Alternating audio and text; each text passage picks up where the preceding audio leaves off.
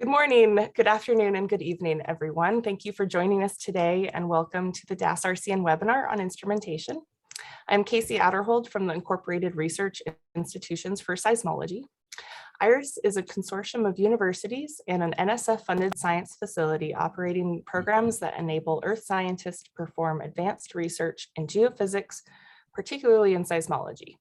This webinar will be recorded and archived on the IRIS Earthquake Science Presentations webinar YouTube channel. Should you have a comment or question as the webinar unfolds, then please clearly and concisely type it in the Q&A box, not the chat box, on your Zoom control panel. At the end, we'll read your name and question to the presenters. If similar questions have been asked, we may combine or skip them.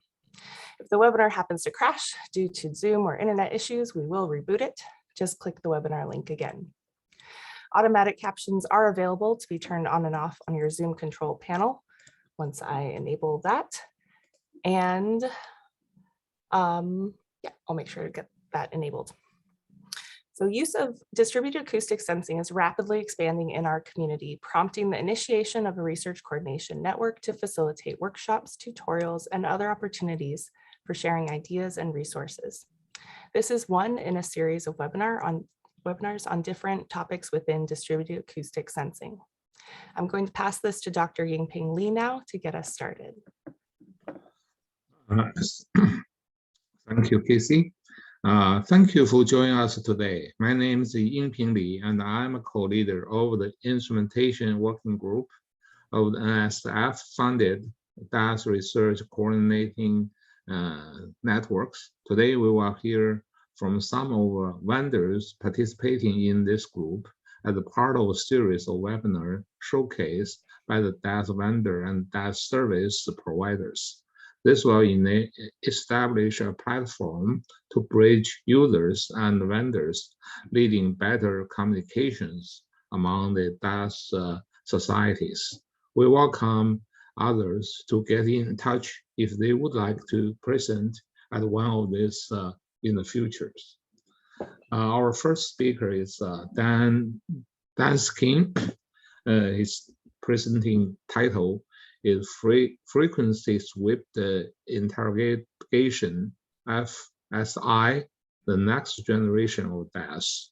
So Dan has spent the last 25 years developing his expertise within the fiber optical industry, with the last 19 years focused almost entirely on the fiber sensing within Schlumberger AP sensing, full tech, and now Alcatel Submarine Networks.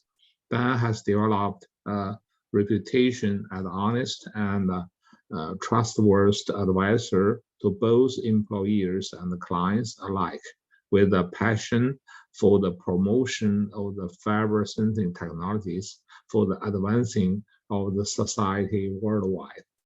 Thanks, Dan. So I hand over to Dan. Thank you, Dr. Lee. Thank you, Casey, for the introduction. And apologies for being a little late. That was my fault. My connection dropped out just before we went live. So I'm now broadcasting on a mobile rather than direct connection. So yes, as I was introduced, my presentation will be on frequency swept interrogation, which we believe is the next generation of DAS, the next evolution. I'll be briefly introing Alcatel Submarine Networks to give you a view of where we're heading and why we're using DAS. I'll look at traditional DAS, then on to frequency swept interrogation, and some brief look at applications we've been working on over the past few years. So Alcatel is a submarine telecommunications cable provider and installer and maintainer. Today, more than half of the world's submarine cables are Alcatel Submarine, and more than half of the world's data comms goes through ASN cables. So undoubtedly, most of us in this room are using Alcatel Submarine cables right now.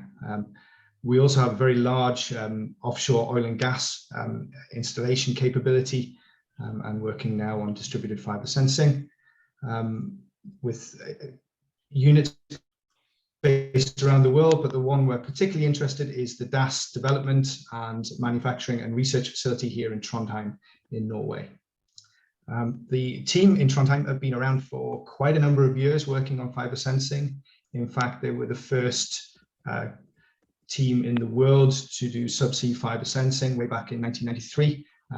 Some people may know them as Optical, but now ASN in Norway. I don't really need to tell us much about DAS. This is in for history, but the ASN DAS is no different. It's a DAS instrument like we all know and love. But this is where it differs. Up until recently, DAS instruments have been developed on pulsed interrogation. A very small pulse of light, some few nanoseconds in length, is launched into the fiber, probably telling you all everything you already know.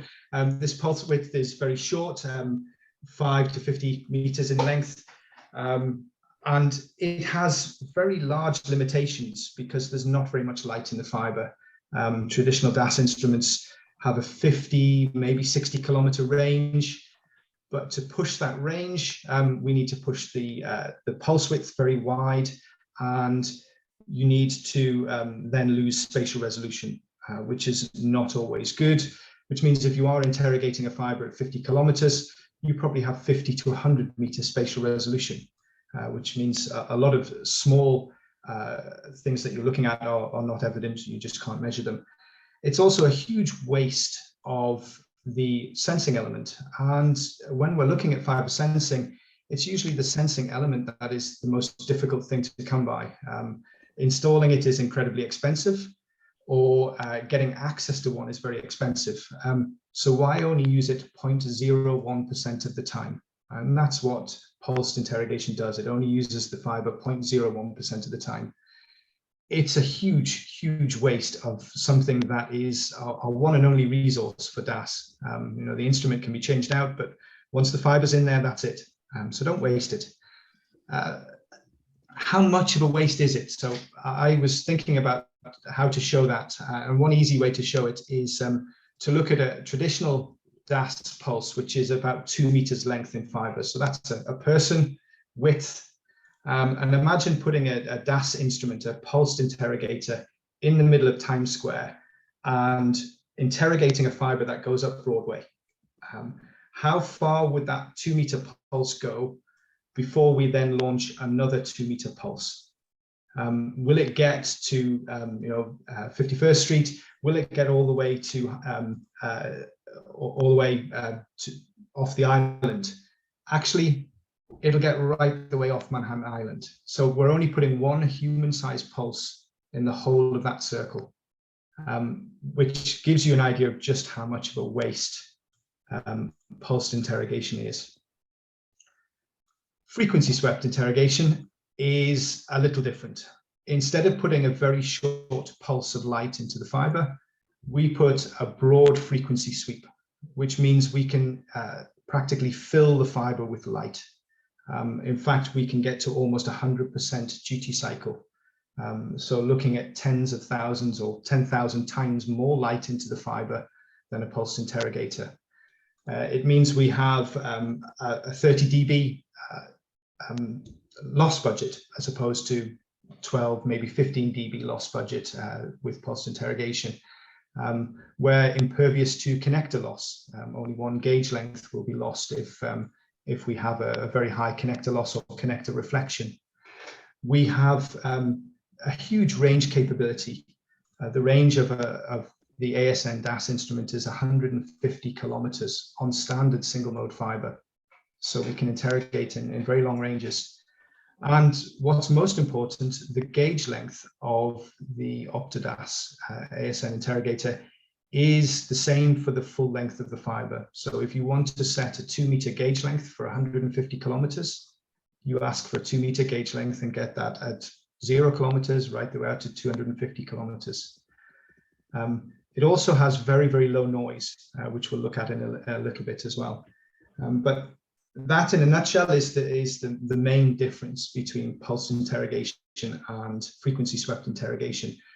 When you're using the device, it looks and feels very similar. The output information HDF5 file format is very similar to normal DAS. The way you interrogate the fiber is very similar. You just have a lot more capability with the OptoDAS. It's actually not developed as a DAS interrogator, and that's why I have this note on here. I get asked a lot, why is ASN the only company in the world to be doing this? There's nobody else doing frequency swept interrogation, although there are a lot of people doing DAS work. Why hasn't somebody else developed this technology? It's not actually a DAS development. It was developed as a grating interrogator, and then the laser and part of the receive optics were then developed into a DAS. So for people to develop this technology, you would have to start again, a bit like taking a racehorse and evolving it into a car. You don't, you start again. You redesign from scratch a whole new optics system and start again, which is a very, very challenging thing to do. Obviously, ASN didn't have any backlog with old DAS or any prior knowledge, and had the grating interrogator, so we're able to develop this incredible DAS instrument from scratch. So here's when we're talking about noise and range. The ASN DAS interrogator is not limited by shot noise at the outset of its range. So for the first 90 to 100 kilometers, our noise is pretty much flat. If we only measure a 50-kilometer fiber, like a normal DAS instrument, will be almost entirely flat and very, very low noise right the way out to our 50-kilometer range.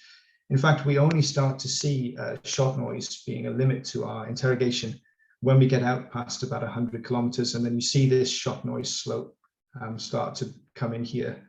The same as a pulsed interrogator would have shot noise, which is a limitation right from the start. So the noise increases from 0 right the way on. If we're only looking at very short fibers, we have very, very low phase noise. And this, again, standard single mode fiber. There's nothing, nothing special here on the fiber.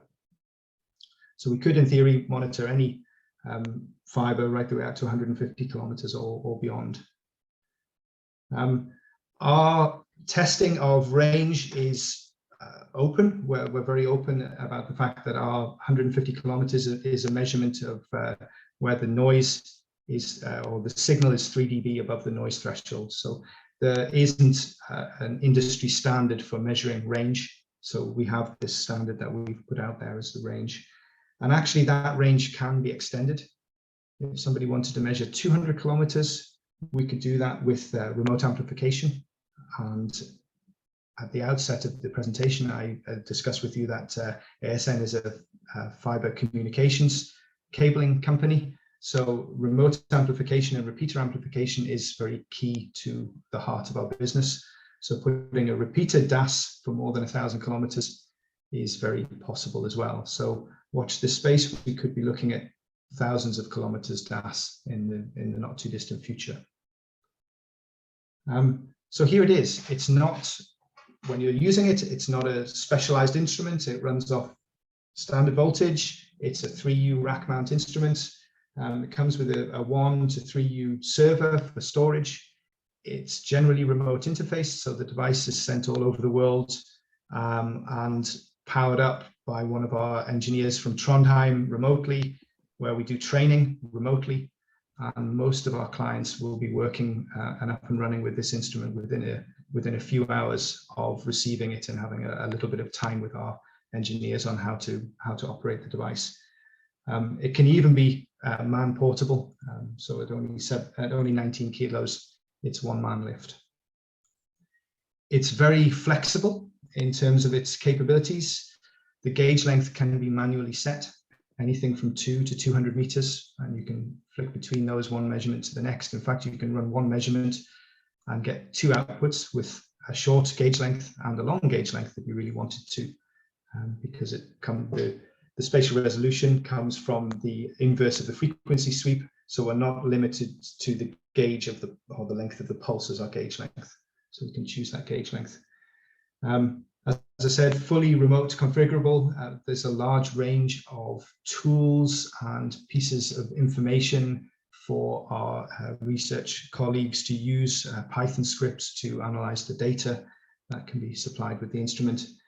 And one very interesting option is the fact that you can ask for the device to have the circulator outside of the box.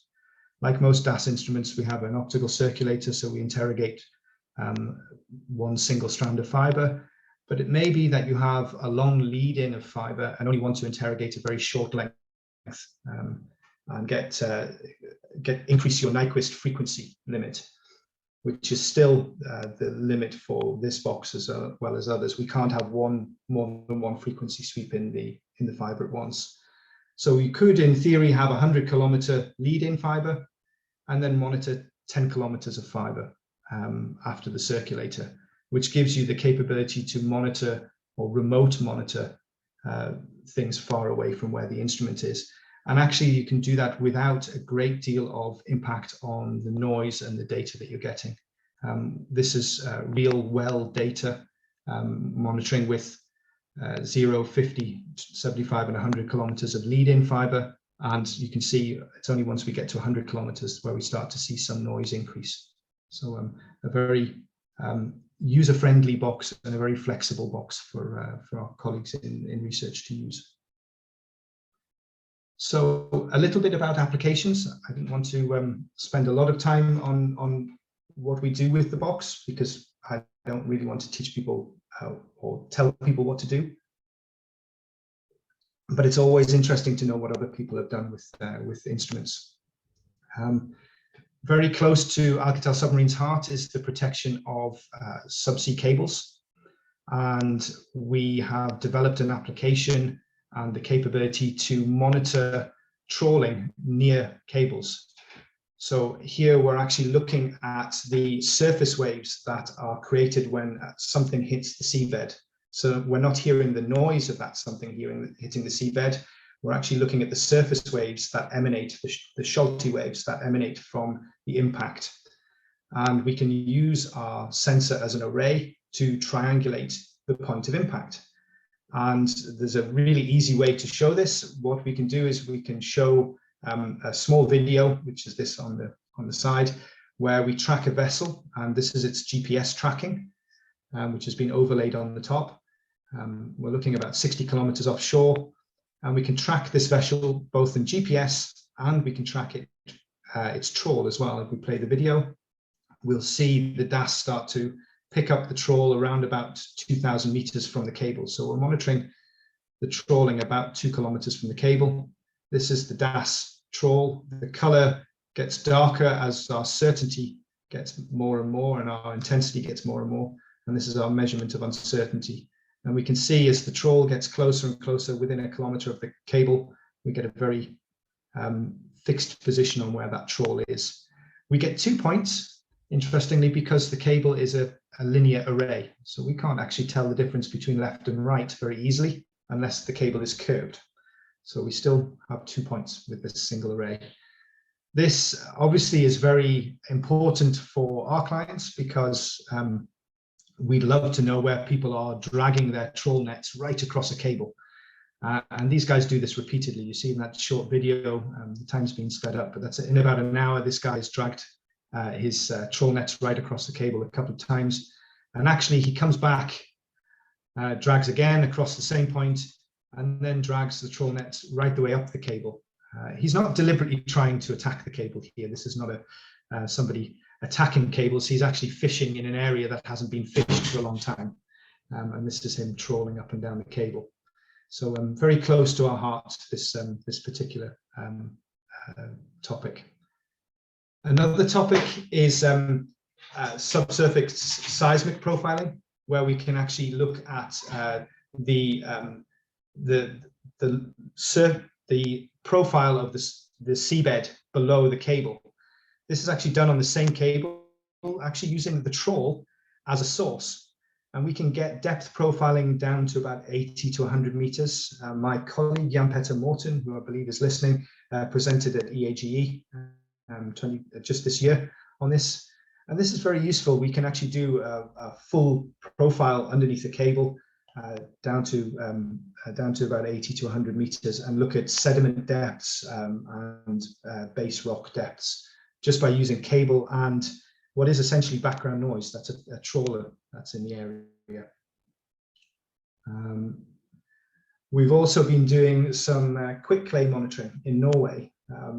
My colleague Suzanne has been monitoring quick clay for the intention of predicting landslides. So we've heard a lot of people talk about detecting landslides with DAS, but actually, can we predict them? And Suzanne has been looking at the quick clay and the salinity of this quick clay, and when the salt within that gets washed away, the clay becomes unstable and then can create landslides. And we can actually tell the salinity of that quick clay by looking at the frequency, the surface waves and the Schulte waves that are going through that quick clay, and monitoring by using either a road as a source or an impact as a source. So some very interesting uses for this. And obviously the potential to save lives in predicting landslides, which would be great use. So here's the information on quick clay monitoring and some of the conclusions there. The ability to use a very short gauge length is the key to being able to see this capability, the wavelength. We can see P and S waves when we get to very short wavelengths, or very short gauge lengths, sorry. This is the gauge length of 2 as opposed to a gauge length of 8. You can't make out both waves. We've also been doing a lot of work on microseismic monitoring and the ability to change the gauge length and open up the gauge length. Brings the noise of the instrument right down, and then we can look at very, very low frequencies, 0.1 hertz and below, and actually get very, very low strain rate levels. So we're looking at femtostrain now. If we open the gauge length right out to 163 meters, yes, that's a very big gauge length, but fantastic sensitivity as well. And going very quickly, because we started late, we've also been monitoring whales just off the coast of Svalbard, one of the Norwegian islands in the Arctic Circle. This has a number of applications, but this particular cable, 250 meters deep, the cable is buried under the surface. So it's buried about 2 meters deep under the seabed. And there's a couple of whales, or a number of whales here. We've also been listening to vessels. The idea being that we can locate whales and locate vessels, and hopefully maybe stop impacts between vessels and whales, which kill especially young whales every year. Can we detect those whales? How far out can we detect them? Can we triangulate them? And also, can we identify them? And some great research done by our team and presented again this year. And I'll finish with, hopefully you have your sound turned on, our ability to listen to whales. So this is a recording of a cable, as I say, about 250 meters deep in the sea, buried cable as well. And we're listening to a couple of whales.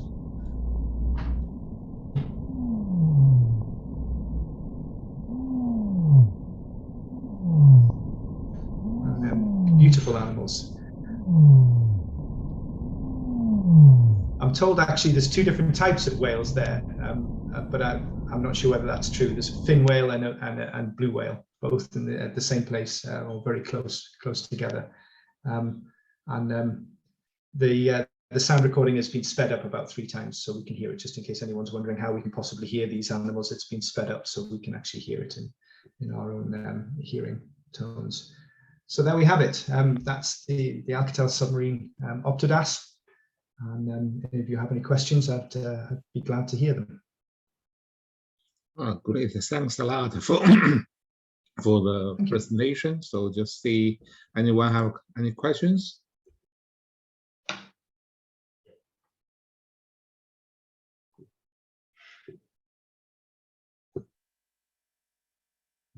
here's the questions. Yeah, here is 加结合. Here got questions. Thank you, Daniels. My questions are how to maintain the laser stabilities for the duty cycles that are bigger and hence longer pulse, and how to mitigate transient effects of the EGFA when applying such a long pulse. Thank you for the question. Yeah, that's actually the key to why the OptiDAS is pretty unique. The laser is incredibly difficult to replicate and has taken a huge amount of research to get right. As I said, it's a swept wavelength laser or fixed wavelength laser that uses a modulator to sweep, and the stability of all of that is key to maintaining a very low noise instrument. So it's a very, very difficult thing to do, but the guys in Trondheim have managed to get a very stable laser. If you remember, I showed, if I scroll back up here, a graph of the noise. This noise here is shot noise, but actually the noise, the slight slope here, is actually laser stability.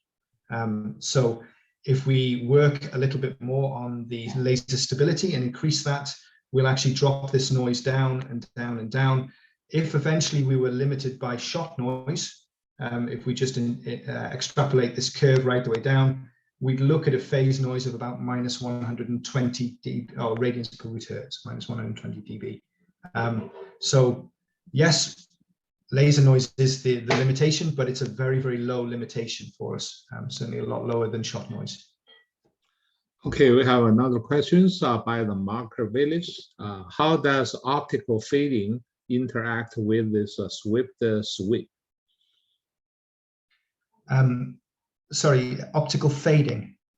Optical fading interact with this Swept sweep.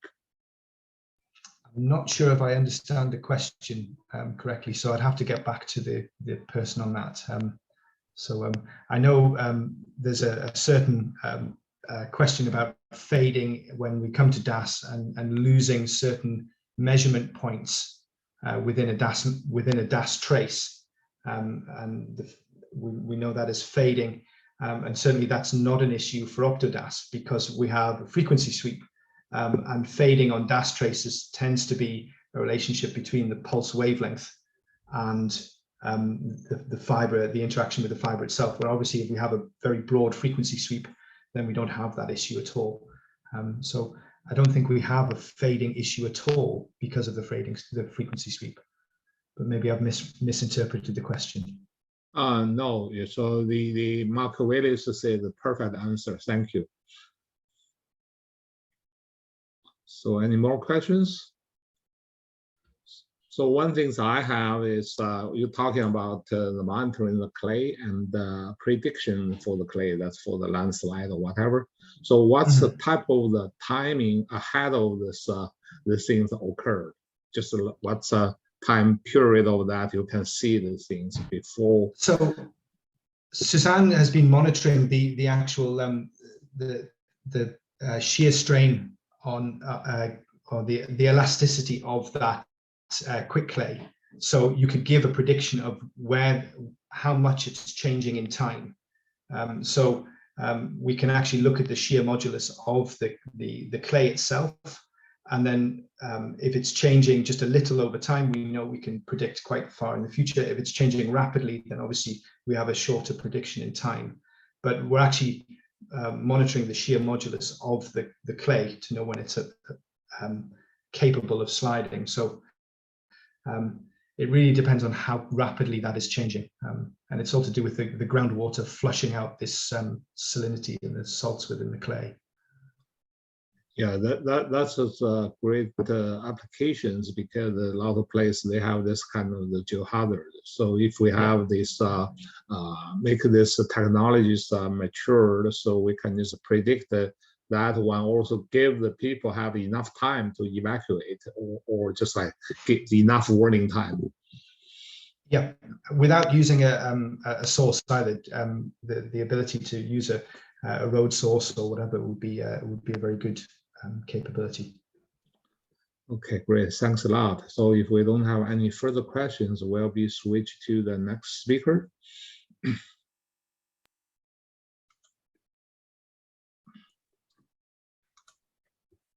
Okay, so next speaker is Dr. Jakob Haldorsen.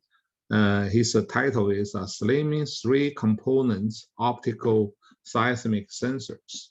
Dr. Jakob Haldorsen is since 2019 scientific advisor with MagiQ Technologies. He has received his Grand Mag degrees in science and Grand Real degrees in the elementary particle physics and a doctor philosophy degrees in the geophysics, all from the University of Oslo, Norway. Dr. Hansen spent 13 years doing research in elementary particle physics and teaching physics at the University of Oslo, while he also working at the European Organization for the Nuclear Research in Geneva, Switzerland, as CERN Fellows. Joined GECO in 1981. He's working in many different positions in Oslo and Houston, including R&D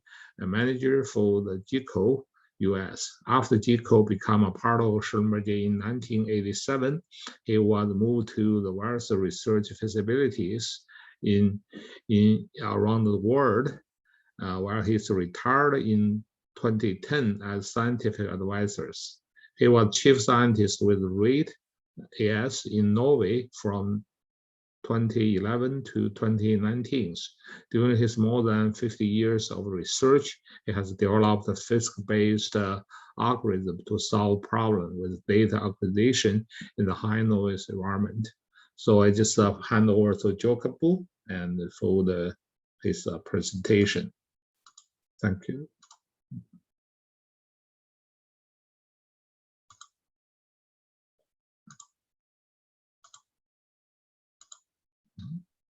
Now you can hear me. Yes? Yeah. Yes, thank you. So if I could, so thank you for the introduction, and thank you for inviting me and MagiQ Technologies to present our information about our 3-component optical accelerometers. The objective for that, the market for these accelerometers are for subsurface monitoring. So do you see my screen now, or do you see my? Yes, we saw that. Perfect. Yep. It's better. Okay, so let's just go for that. You can get next slide. So the MagiQ innovation comes from a lot of experience, and the geolite, the 3-component fiber optic sensor, has been developed over a number of years, and as I said, it's been developed for energy and geoscience. So the MagiQ technologies was established about 23 years ago and holds over 90 patents, and with contacts in aerospace, defense, telecommunication, and networks of security. And so MagiQ produced the world's first commercial quantum cryptography product that essentially delivered advanced future-proof network security and has received multiple awards for that technology. So that was, I guess, enough about MagiQ. The presentation is essentially, first, I'm going to tell you why you should want to use 3-component sensors, and then go on to talk about the geolite sensor and its combination with optical fibers. And then I talk a little bit about ways to install sensor. So why do we need 3-component sensors in optical waves? So with travel time measurements only, the total travel time measured defines an ellipsoid in space. Like you have the source here, you have the receiver here, and you have an event or a reflection somewhere, but you cannot tell where it is on that ellipsoid in 3D space. With the 3C sensors, you actually do measure the direction of the incoming ray and can tell exactly where on that ellipsoid the reflection took place. So with 3C sensor, you can, instead of a large 3D object, you get a point on the ellipsoid. For microseismic sources, it's even more important to have 3-component sensors. And so, let's see, because source over here, you have a vertical array of receivers, and from the difference in arrival times of the PNS signal, you can tell the distance to the event, and with the particle motion from for the P, you can tell in this direction. Whereas with dust measurement, you only measure travel time differences, travel times only, and everything becomes rotational symmetric around that linear array. So an example here, we have one event and 3-component sensors. X, Y, and Z, to horizontal and one vertical, and P arrival and S arrival. So, as I said, from the delay between P and S, we know the distance to the source, and from the direction that the X and Y are pointing, we essentially know the azimuth. So this is where the source resides. Here we have 3 overlapping sources, and as you can see, each source have different origins or a different angular direction. So we are essentially pointing to 3 separate points in space. Whereas take here we had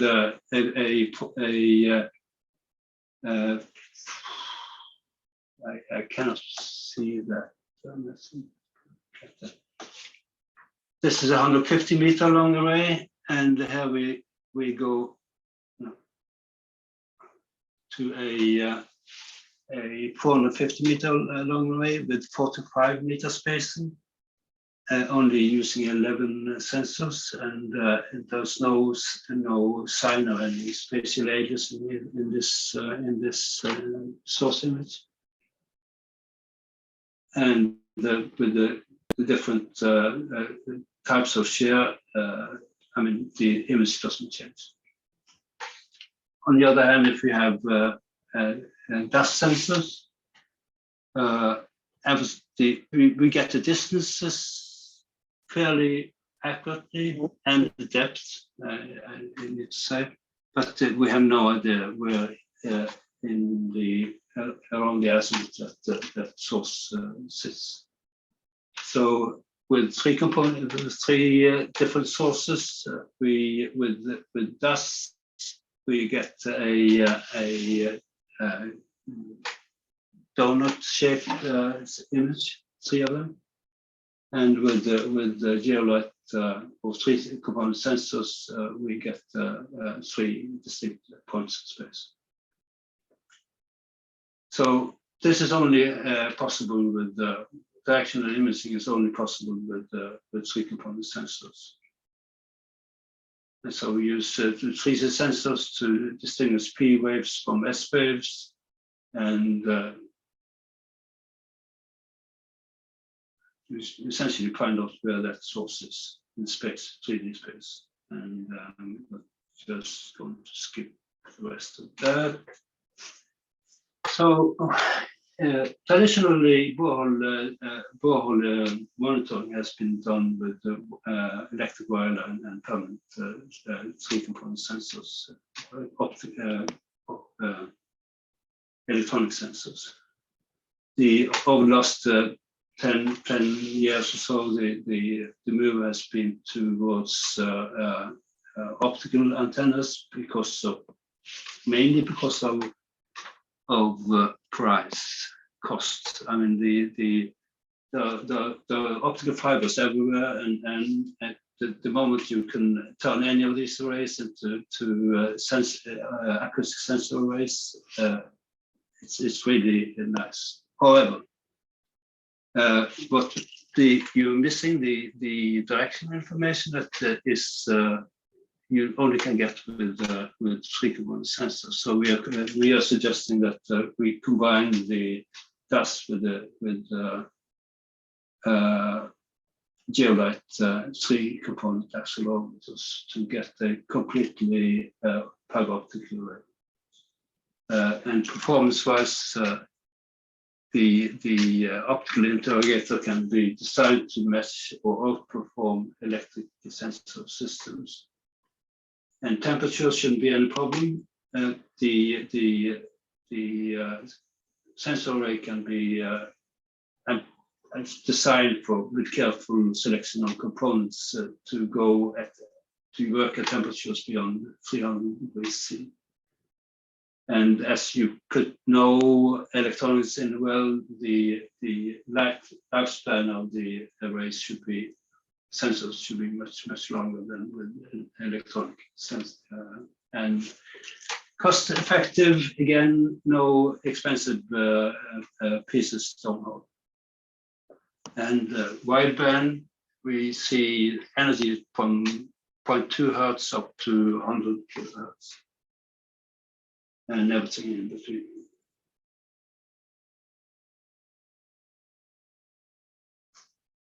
Yeah. So what we are doing is take a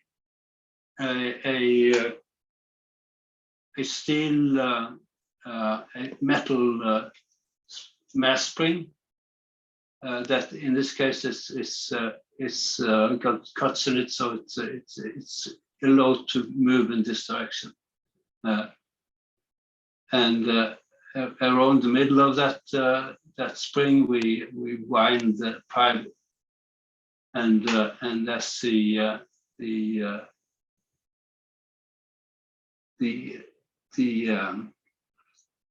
extension of the spring is proportional to acceleration. We get an accelerometer. And this is what we're looking at here is field data from Houston. So there's 2 transfers and 1 axial component. So with the 3-component sensors, it's important that you actually sensing the direction fairly accurately.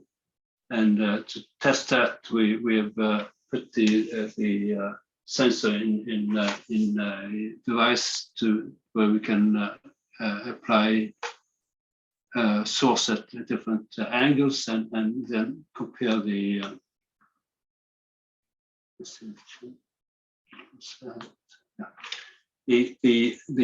measurement points just follow the sinusoid, which is describing the perfect directionality.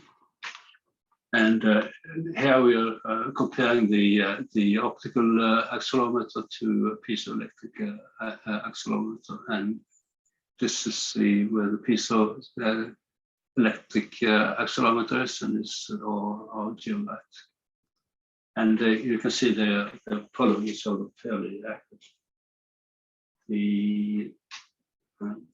This is the 3-component sensors in this is 2 transverse components and one axial component, and this 3 sensors are put into a steel cylinder, and at the total diameter has about 1 inch, just about 1 inch, what we are looking at here is the casing. It's just put in the perspex housing for demonstration. So fiber is becoming more a favorite for downhole permanent monitoring, and with DAS you measure changes in strain-induced phase shift between reflected light over the prime lengths of the cable. However, you have no information about where the signal comes from. So with our geolight, we have 3 sensors with gratings in between. We use 4 different wavelength, and each of the gratings reflect a particular wavelength, and we compare the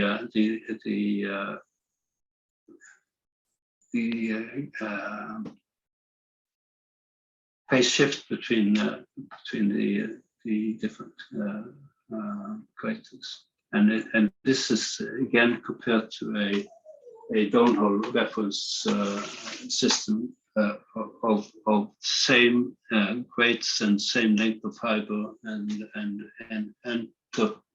perturbed fiber. So we have this way of doing it allows us to subtract common mode noise, which essentially gets rid of any pickup noise on the trunk line. So as I said, the trunk line, this laser signal goes down the trunk line, and for each level, it siphons off a portion of the laser light and sends it through the XYZ sensors and a reference sensor, unperturbed reference sensor.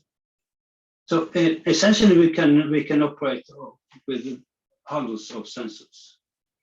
Each fiber can take about 10 to 20 3-component sensors, meaning 30 to 60 single sensors, and we can just multiplex.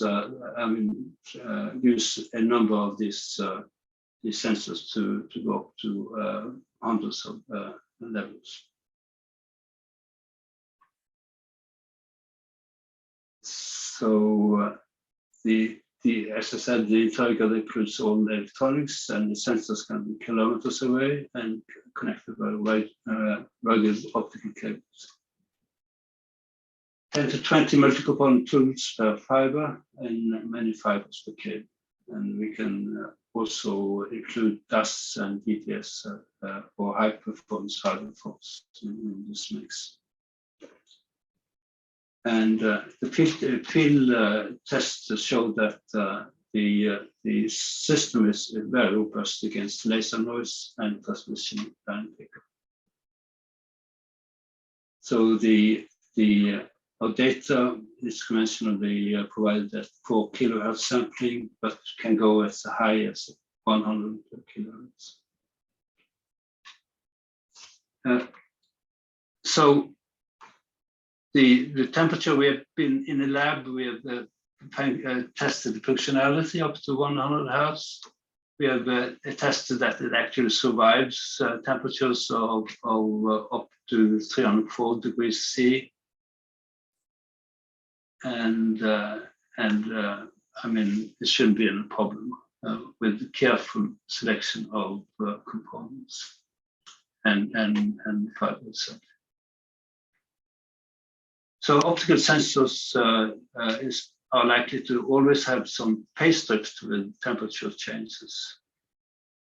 However, our system strongly suppresses this sensitivity using balanced sensors and an architecture that allows subtracting common mode effects.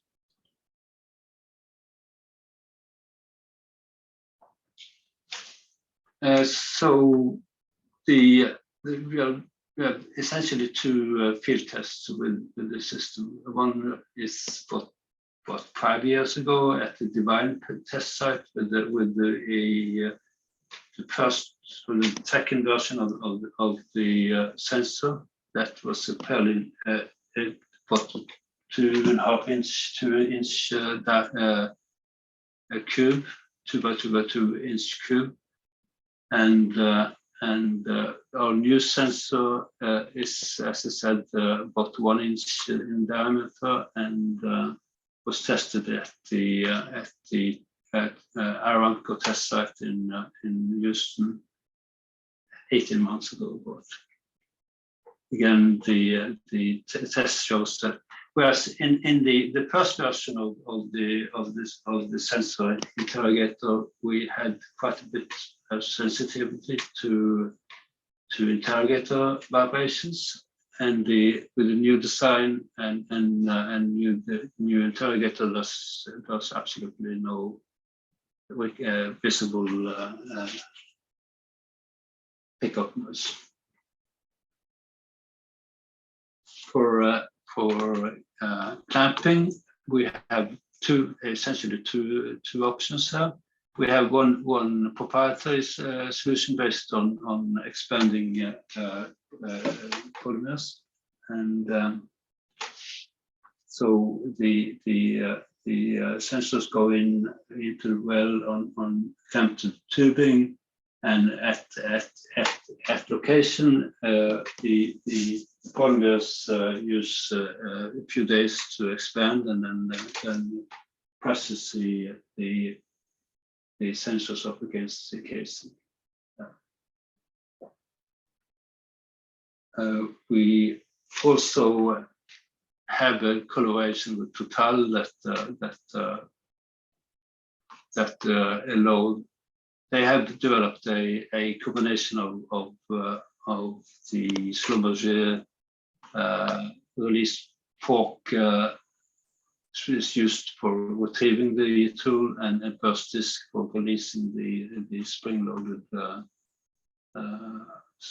system. So it's essentially this system completely decouples the tool from the tubing and presses it up against the casing, similar to the Schlumberger Omega lock. The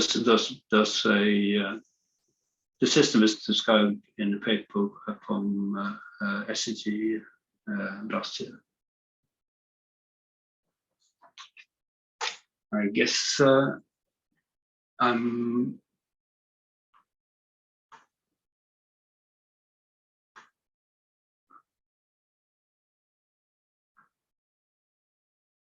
so.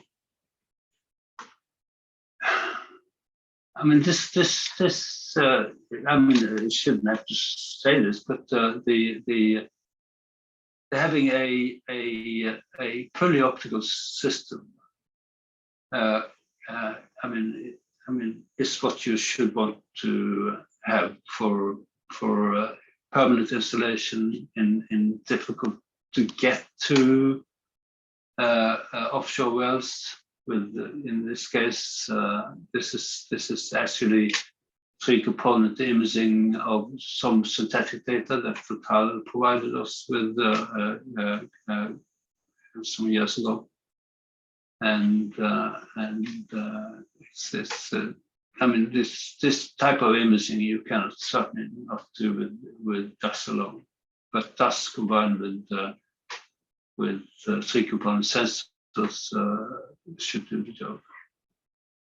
And for future geothermal applications, high temperatures kind of precludes the use of electronic based sensors. So anyway, so essentially that's it. And if you have any questions, then the MagiQ team should be online to answer those. Thank you. Okay, thanks a lot for Jakob for the nice presentation. So do you have any questions for the Jakob?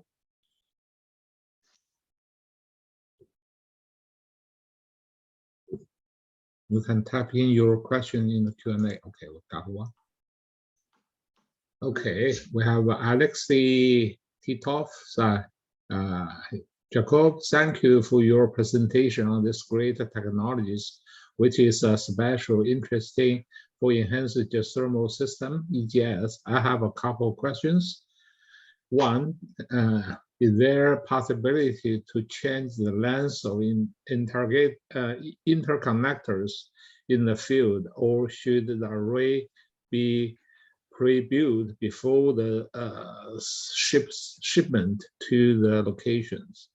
Second question, have you tested the equipment in the geothermal wells? So first question, I think it's to be recommended that the splicing of fiber is done in. I mean, if you were to cut the interconnect, you were cutting fiber, and you have to splice again, and you don't want to do that in the field. I'm not sure if anybody else in the MagiQ team has a comment to that. Yeah, I'm Caleb Christensen. I'm on the MagiQ team. One of the design criteria that we have is what size and shape of an array would be useful for customers. And kind of the motivation is that you want a certain type of array that you build in the factory. You want to minimize the number of field serviceable connectors because they tend to be expensive and risky. We'd rather have the full system sealed, but for a given customer, for a given deployment scenario, there's definite advantages to reconfiguring. So what we imagine is that the factory would always put out segments of some number of sensors that you can then, connect and break later. But if you want the longest lifetime, the best reliability, the lowest cost, which is often the case for like a permanent monitoring and geothermal, then you would want to build the whole thing in advance at the factory. You could always come back and field service as necessary, but it's better to minimize the number of connections.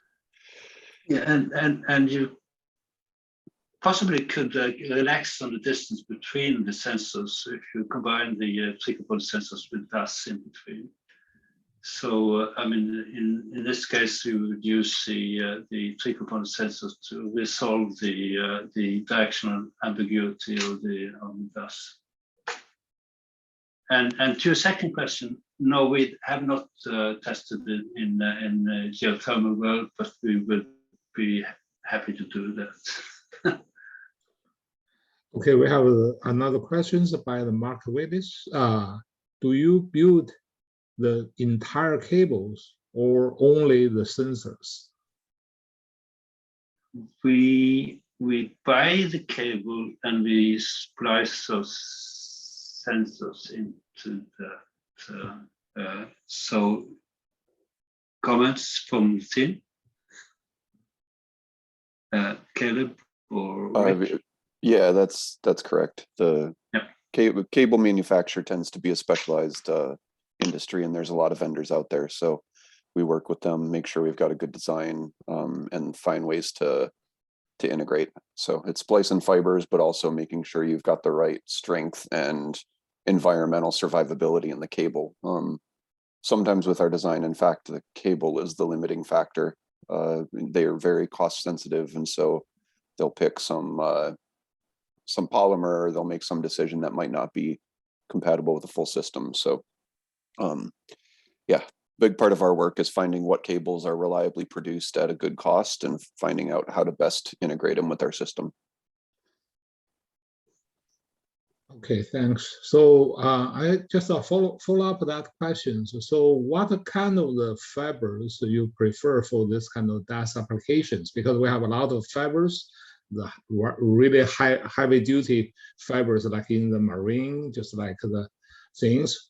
So, but also we have very small fibers. So which kind of things? I just wondering if people have been making the comparison with different fibers. So what's kind of the response? Is it similar or different?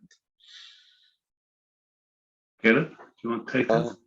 Well, I think if you're asking about DAS systems, different DAS vendors will say that you can read any fiber, but the actual performance depends a lot on the cabling and how it's attached.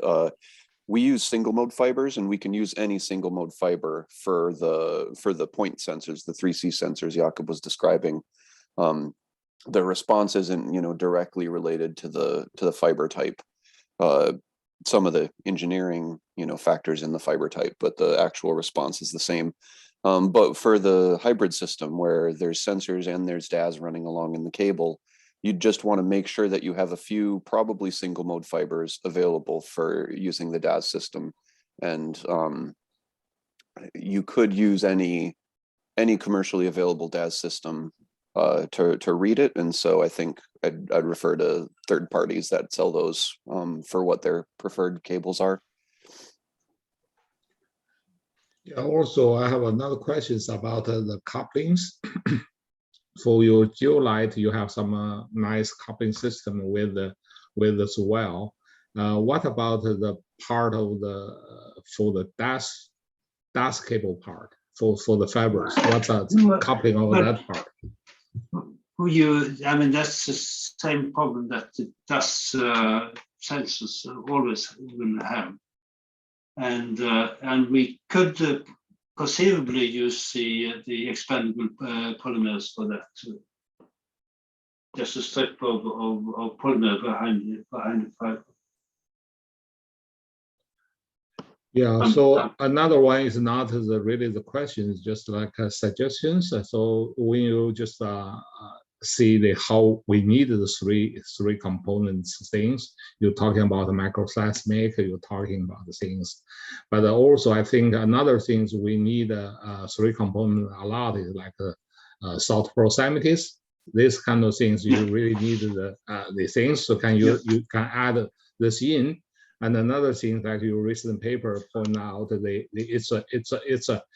wave field is vectors. It's not just like single components. So you need three components and 3D migration for that wave field. So if we don't use these three components, we just waste a lot of data, a lot of information in that data, right? Yeah. That was not the question, was it? I presume that was a comment, not a question. Yeah, not a question. So yeah. So I think do we have any more questions? If not, so we can just hand over to the Casey to close this up. Sure, Okay, Casey. Yep. Thank you, Yingping, for moderating, and to Dan and Jakob for their presentations today and patience while we dealt with some technical difficulties. The recording will be made available to the IRIS Earthquake Science webinar playlist. If you're interested in future DAS webinars, please join the DAS mailing list and check out the DAS RCN website. Thanks so much for joining us.